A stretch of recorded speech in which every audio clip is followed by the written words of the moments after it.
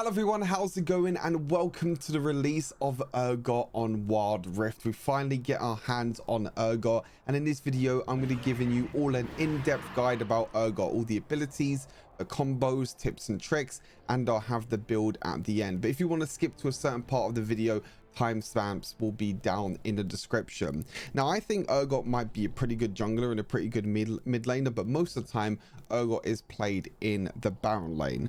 So now let's take a look at his abilities. First up, let's take a look at his passive, which is Echoing Flame. So Urgot's attacks and purge periodically trigger blast from his leg cannons, dealing physical damage plus a percentage of the target's maximum health as physical damage, and each leg has a 3-second cooldown, and you deal a maximum of damage to monsters. Now the most important thing to note with this passive is that you can see around Urgot there's little green symbols pretty much around every single one of his leg. So when you auto attack like I do on this dummy, so for example I auto attack with the bottom, the left hand corner leg, you can see that that is now going to disappear, and after 3 seconds it comes back. That means when you want to play Urgot, you want to walk around in circles and you want to auto attack and you want to make full benefit. You can see every single time I'm being able to blast and deal extra damage.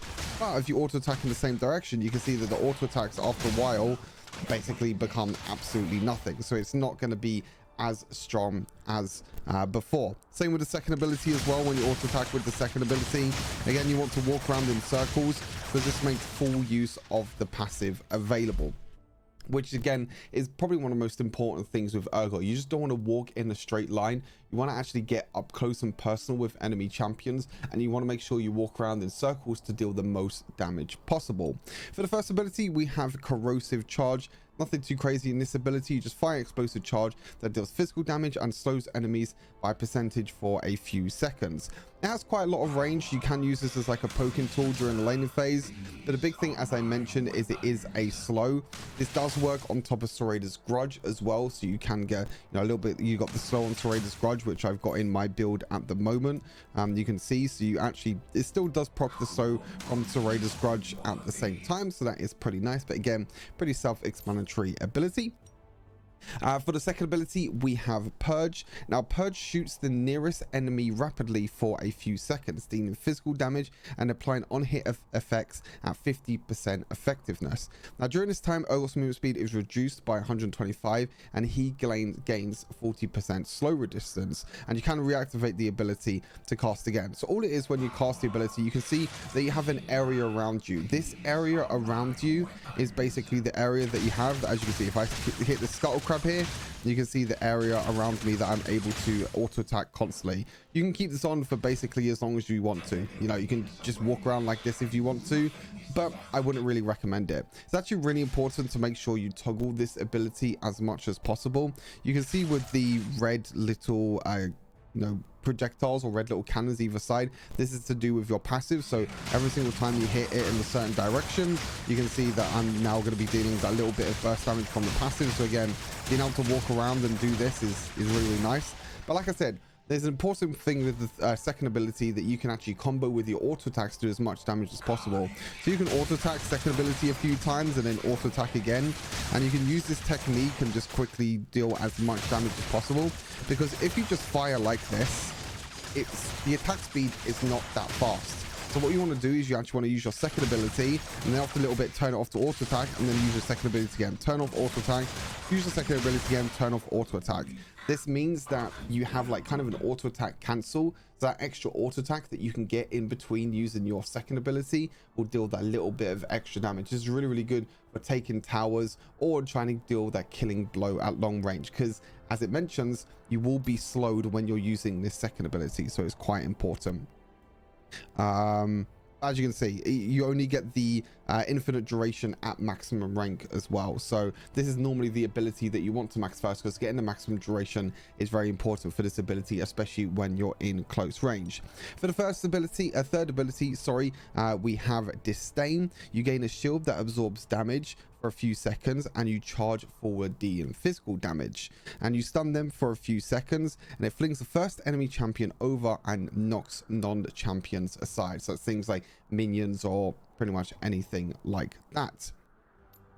So this ability is pretty easy to understand. You can see it's just a little tiny leap. See, it's a little tiny leap. That's all you have to do.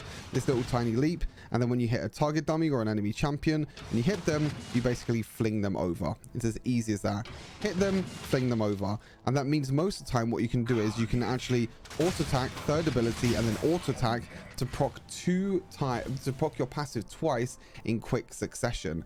Because if you just, you know, auto attack here from the same direction, again, you're not going to make full use of your passive. What you can do is you can auto attack into third ability and then auto attack from the other side, which means you get 2 quick procs of your passive. You can also combo your third ability with flash. So what you can do is you can third ability into flash, and you can basically surprise the enemy and do a bunch of damage with that. That's probably one of your easiest combos that you're going to land with Urgot, and probably one of the killing blow combos. Is you can do third ability into flash, and then you can use the second ability to do a bunch of damage, and then use your ultimate, and then you got your first ability for your slow as well. So a few little things there with the third ability. Another thing about the second ability as well is that your second ability will basically all the time always focus the closest target. As you can see there, it always focuses the closest target, and it won't actually move around unless you actually, you know, change direction like that. However, if you use an ability on a target, like say if I use an ability on this target, it's always going to focus this target dummy. So if I use an ability here, it's now going to focus. Okay, maybe it doesn't focus that target dummy. Maybe it doesn't work like that in Wild Rift. So in PC League, Urgot works is like when you use an ability on someone or a target, it always, I guess it's to do with your... No, it's not. Huh, interesting. Okay, so I thought that the second ability would work like PC League, where if you focus on a target dummy, it would focus on them. Maybe it's to do with minions. I'm pretty sure that your second ability will always target minions, but most of the time what you can do is you can use your first ability to hit a champion, and then that will allow you to deal damage to that champion instead of dealing damage to minions around you. We'll probably have to test it out. Let's spawn minions, and we'll test it out a little bit later when the minions respawn back in. I didn't want a monster respawn. I want the minions to respawn. Where is the minions? I do not remember where the minions are. Oh, there they are. Minions are there. And now I got rid of my dummies by accident. Whoops. Anyway, third ability. Kind of explained that a little bit. And now on to the ultimate. The ultimate is Fear Beyond Death. You fire a chem drill that deals physical damage. Yes, this ability does deal physical damage as well. So being able to use this ultimate not only as an execution, but also to do a little bit of damage when they're about half health is really important. The first enemy champion here and impairs them for a few seconds, slowing them for 75% based on their missing health. When you recast this ability when the enemies are low on health, if they're impaired and the target falls below 25% health, Urgot channels a 1.5 second when he reels them in and executes them. Yes, he completely executes the target. I'll show you what I mean. So if I take this target dummy low enough, as you can see, I'm just going to quickly deal as much damage as I can to the target dummy. Then if I use my ultimate, you can see when they get low enough, I pull them in, and as I pull them in, I fear everyone around me. I just want to test this thing with the second ability as well. So at the moment, I'm focusing minions. I do this. Okay, I mean, the Garen's just not in range, I guess. The Garen's just not in range. No, Garen, don't die. Okay, Garen didn't die. So if I use my second ability now, it's going to focus this target dummy, and then do this. Okay, I'm not in range though, so it's a bit difficult. But yeah, I'm not too sure how the second ability works with that sort of thing, but then we'll see when probably when we get into gameplay sort of thing. We'll see how that works. But yeah, the ultimate is very, very cool. As I mentioned, when you do recast your ultimate, you do fear everyone as well. A big thing with Urgot and his ultimate, what you're able to do is you are actually able to use the Fear Beyond Death and then flash straight afterwards, and you can fear a bunch of enemies. So for example, if I'm using my ultimate here, and if I get them low on health, I can use my ultimate and then flash and then fear everyone around me. It's a really, really cool technique that you can use if you're not if you're kind of using your ultimate at range as kind of a snipe. Again, it's got quite a big range, as you can see, got a very, very big range that you can use it from. So that is very, very cool. As for other combos, there's not really anything else that you want to do with your combos. Like I said, probably your main combo is using your first ability to slow at range, because again, it has very long range. So you can use your first ability to slow, auto attack, third ability, auto attack, and then use your second ability and then dash around them as much as possible. And then when they're low enough on health, again, make sure you're auto attacking in between. Then you can use your ultimate straight afterwards and fear everyone. That's probably your basic combo that you want to do. But like I said, there's not really that many combos. It's more to do with little tips and tricks with the abilities with Urgot, which I've just gone through. Let's take a quick look at the leveling order with Urgot. Let's reset our level. So surprisingly, you might be very surprising to some people, you actually want to go for your third ability at level 1. Now, the reason why you want to go for your third ability is that your third ability is actually quite nice, especially when you get a shield in the early game, and also it can surprise enemies. It's very, very surprising, and it is very, very good to go for your third ability, especially if you're against like bruisers in the Baron lane. You can use this to your advantage, especially because most of the time you will be running Kraken Slayer. Level 2, you want to go for your second ability. The only time you ever want to go for your first ability at level 2 is if you're against ranged champions, because you're not going to be able to use your second ability at range. Again, this allows you to use your second ability and also your third ability against them bruisers and deal a lot of damage. Then you want to go for your first ability, and you want to make sure you max your second ability first. Obviously, make sure you max your ultimate when possible, because this is going to do pretty much most of your damage.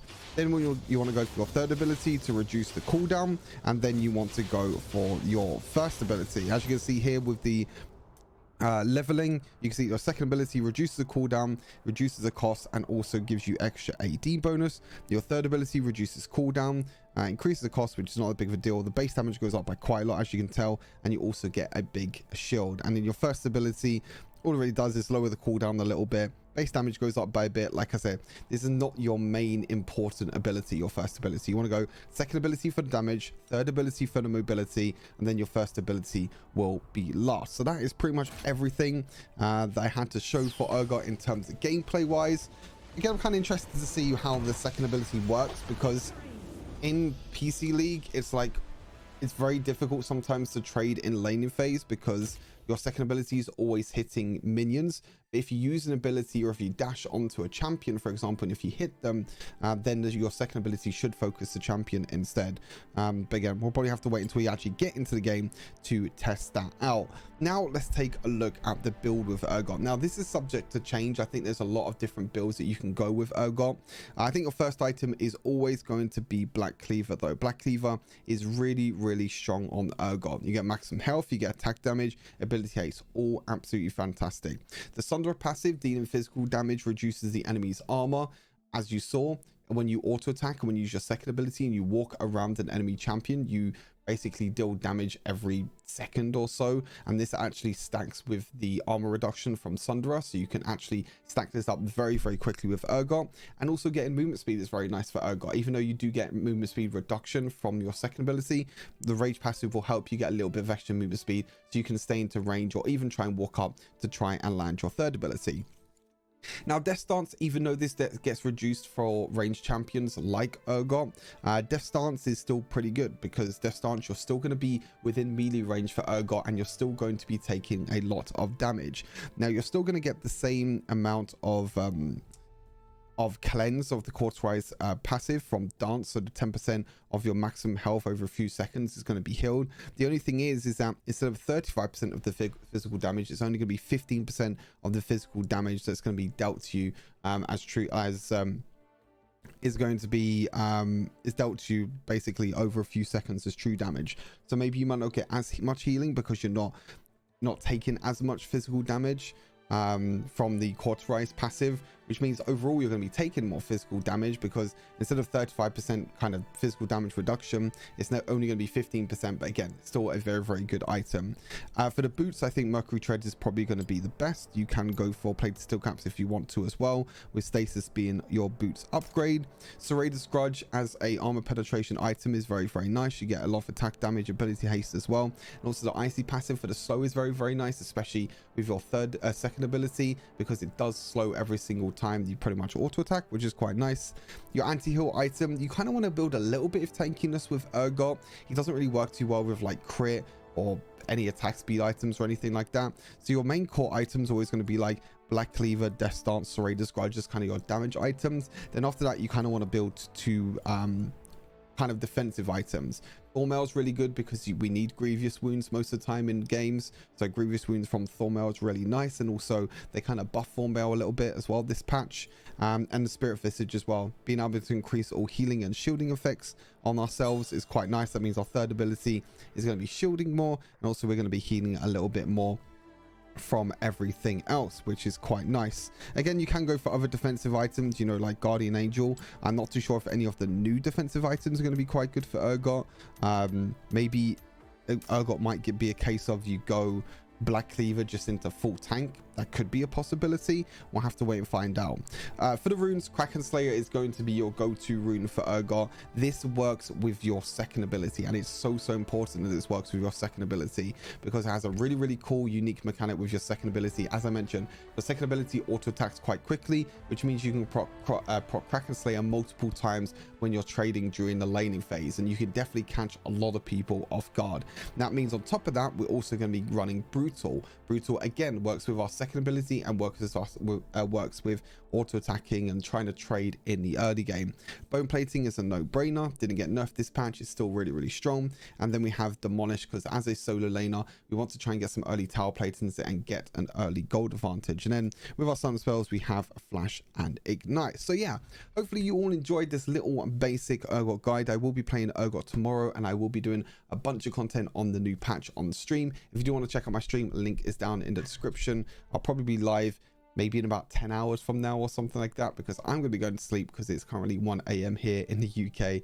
But yeah, hopefully you enjoyed a little bit of a guide anyway. Hopefully you'll tune in tomorrow on stream, or keep an eye out on my YouTube for all the content coming out over the next week or so. But yeah, I appreciate you all. Thank you for tuning in, and I'll see you in the next wild video. Peace.